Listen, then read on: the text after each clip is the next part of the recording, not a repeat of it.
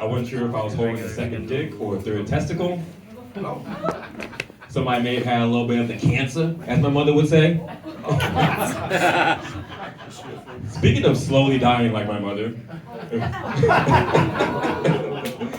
let's talk about comedy here tonight, guys. We're all here to see some comedy, some of the most young, up-and-coming comedians here tonight, as well as some of the old comedians who may have just got finished coming in the bathroom stalls down the hall. You know who you are, Dennis. There's no Dennis in this room, but I appreciate those that look back. But as you can see, I'm in a festive mood here tonight. Yeah. Happy Easter, everyone. Someone told me that I was dressed like a watermelon noun layer, which I wanted to say was racist, but he was half black, so I only felt half profiled. But pardon me if I'm a little low energy here tonight. My ex actually hit me up this week. Oof. Not a joke, my ex really hit me up this week. She said that she was yearning. And I'm not gonna lie, I was kind of yearning myself. I was yearning too. So I sent her an invoice for my last therapy session. Figured it was time for her to pay the bill for once. Finally get my money back. She didn't like that. She didn't like that one bit. And she said that I never loved you, I was just curious, which kind of like hit me in the gut for a little bit until I found out that she was reading off Jennifer Lopez lyrics. Don't ask me why I was listening to Jenny from the Block. It's been a sad boy spring, I'll just say that. But hey, if it came from Jennifer Lopez, now I can send my invoice to Jennifer Lopez, get some of that Ben Affleck money. Hey, but while I do that, I'm gonna bring up our next comedian, and hilarious comedian. Their name is Skippy Rose. Skippy Rose in the stage.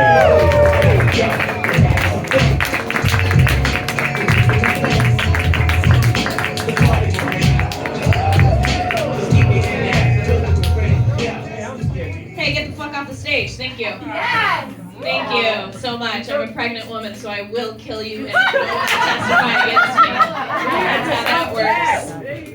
I'm fighting for two now. And I had a whoopsie. No, I didn't. This is planned. Can you imagine being 33 and still having whoopsies? No, this was a bad decision, but it was planned. Bad decision, okay? I held off a long time on telling people that I was pregnant. Like, I held off I was like 13 weeks pregnant by the time I told anybody. Because in comedy, there's a lot of uppity sober people. Right? It's either alcoholism or uppity sober. There's not a lot in between, right? And I wanted all my uppity sober friends to think that I had gotten sober because of like self-control. And not because I have a tiny little narc that lives inside me. It's true. It doesn't really feel like a blessing so much as like an AA meeting I never wanted to be a part of. I miss it. I miss it so much. I used to get violently high and go to the grocery store. Because it's the only way that, as a small white woman, you feel intimidating. Everybody's just clutching their children away from you. You're just getting Doritos. You're like, yeah, scary. It's been a big lifestyle change. It really has. Like the other day, I got flat on the highway, and like there's a bunch of cars zooming past, right? And normally I'm the type to just like jump out, I don't give a fuck, change the tire, right? Because I've always been like 50-50 on the whole life thing. Right? But I can't do that now, right? Because I'm making decisions for two. And I don't even know if she's suicidal yet. It takes a few years. She's got to see me do comedy first.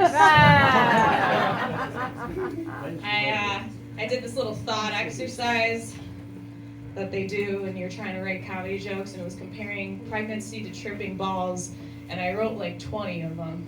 I'm not going to share 20, but it's a roll. Pregnancy is a lot like tripping balls, because most people substitute it for their personality. Right. They also, your boobs are way more distracting. That's just for the ladies. And also, you're always kind of constantly checking like how far into it you are and like how much more you have to go. You're just like, when did I first start being like this? I've had 3 more months. Jesus fucking Christ. And And like usually, like if you're fine, like there's some times where you're doing okay. It's like I got this, right? And then somebody asks you if you're okay, and you're immediately not okay. And also, you really want to like call your mom or dad, you know, but simultaneously, you know that's a horrible idea. I don't know. I'm also very worried about this pregnancy because it's the first one I've ever wanted to keep. You know. Yeah, I don't know. I've had a few schmishmortions. Right. And I'm just worried that my baby's gonna be able to tell. You know, like there's maybe little claw marks, like tallies, like beware all who enter here. The light means your time's up. I also am a little worried because I've let a lot of grooming go since I've been pregnant, because fuck it, right? And but I'm a very straight-haired person, so it doesn't look like a bush. It looks more like Colonel Sanders' goatee, just kind of very distinguished, you know.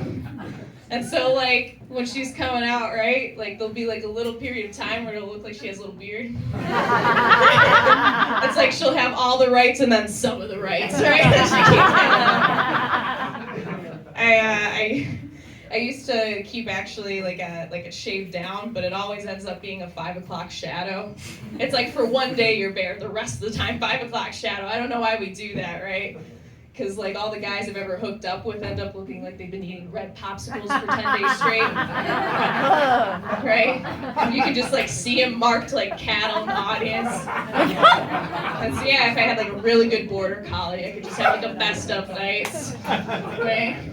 I don't know. All right, guys, that's all I got for today. Thanks, Lipstick Heroes.